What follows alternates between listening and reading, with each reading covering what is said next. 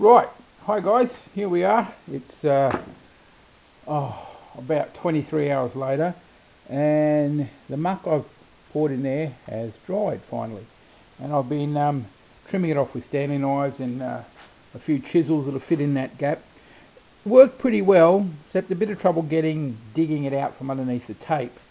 So what I'm going to do this time, on the other edge, see if I can show you, it'll go around those heads, and I've just dropped the jar and lost all my goo. Well, you just may have heard a crack, and that's it. Okay guys, since I've dropped my glue and gunk, I'm going to fill this area with that builder's bog I told you about in another video. So I've masked off the area where I've got to do it, and now I'm just going to wrap the entire butt except for this area in paper, just so I don't make a huge mess of it. So I'll get back to you when I'm done. Okay guys, here we have the masking all done, leaving the place where the putty's going to go. You'll see I've put some little screw heads in. Once the putty goes behind that, it'll just help to anchor it. I'll actually bring a few of those out so it's a bit better of an anchor. Oop.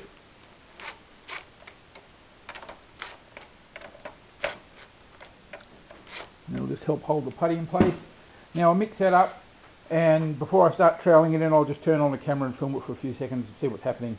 Okay, back soon. Okay guys, bog's all mixed. I'll just move the camera a bit, get stuck into this before it goes off. So here we go.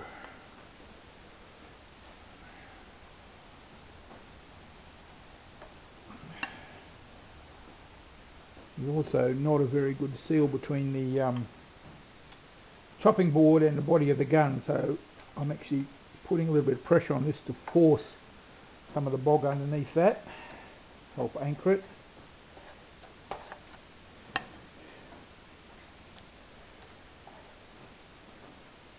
Get some up in there. As you can see, the company that makes the bog also supplies gloves, and if that's the case, use them. Some of these chemicals could do some nasty things to you years down the track.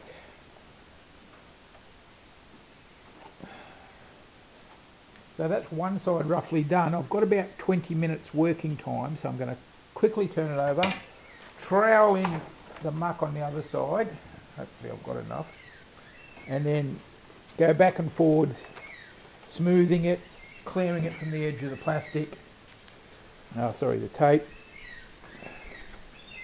and take it from there. Yeah, you can see it's actually skinning. I have to be careful now.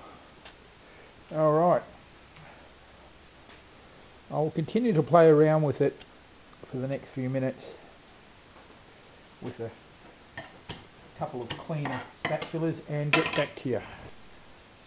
Okay guys, it's been less than a minute since I turned off the camera, and as you can see, this stuff has already set off. So I can play with cleaning up the waste, because I don't need that holding everything on, but I don't want to touch the rest of it because it started to flake away from skinning. So I'm going to have to, yeah, that side turned out a lot smoother. Got a big hole there, but I can fill that later. Get rid of that, get rid of that bit, yeah. But yeah, so what it might be an idea is just simply to run the knife around the edge where the tape is. That will allow for a clean break, get the tape off. And there's a bit of tape in there. Yep, alright.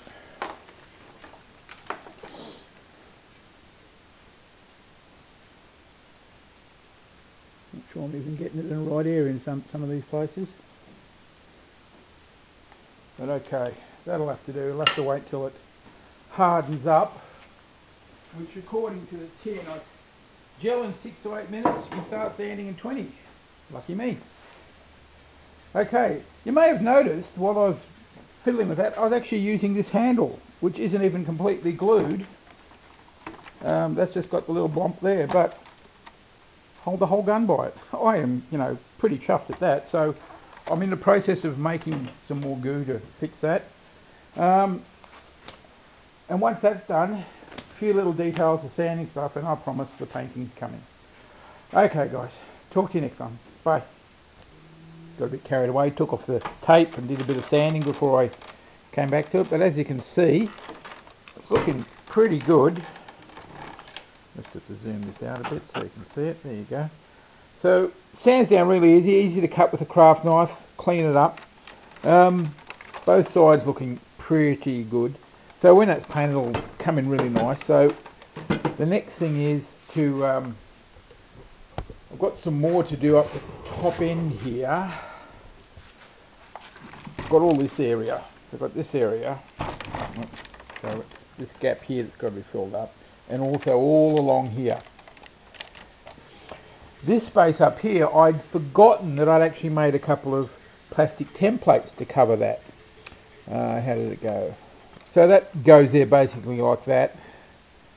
And as you can see, it actually covers those screws. So what I'm going to do is pretty flush. So I'm actually going to use this as a template and cut a piece of aluminium out.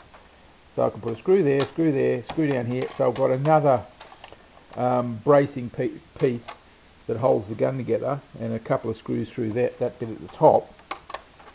And before I put it on, or as I put it on, I'll just pack bog behind there, then screw it all down, be a nice strong fit.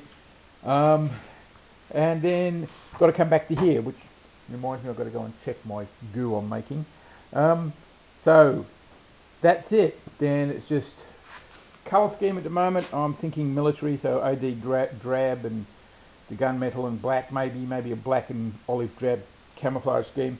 I don't want to go too extreme on it like my other guns. I was thinking of doing one other little mod, which was cutting out a square here so it's just open, you know, like a skeleton frame, just for the sake of it. I mean, there's a moulding there I can actually follow, so it might be worth it, and it won't affect the magazine going in and out, so who knows, maybe I'll get around to doing that. Alright, I'll get on with all this and get back to you when we get to the painting stage. Bye!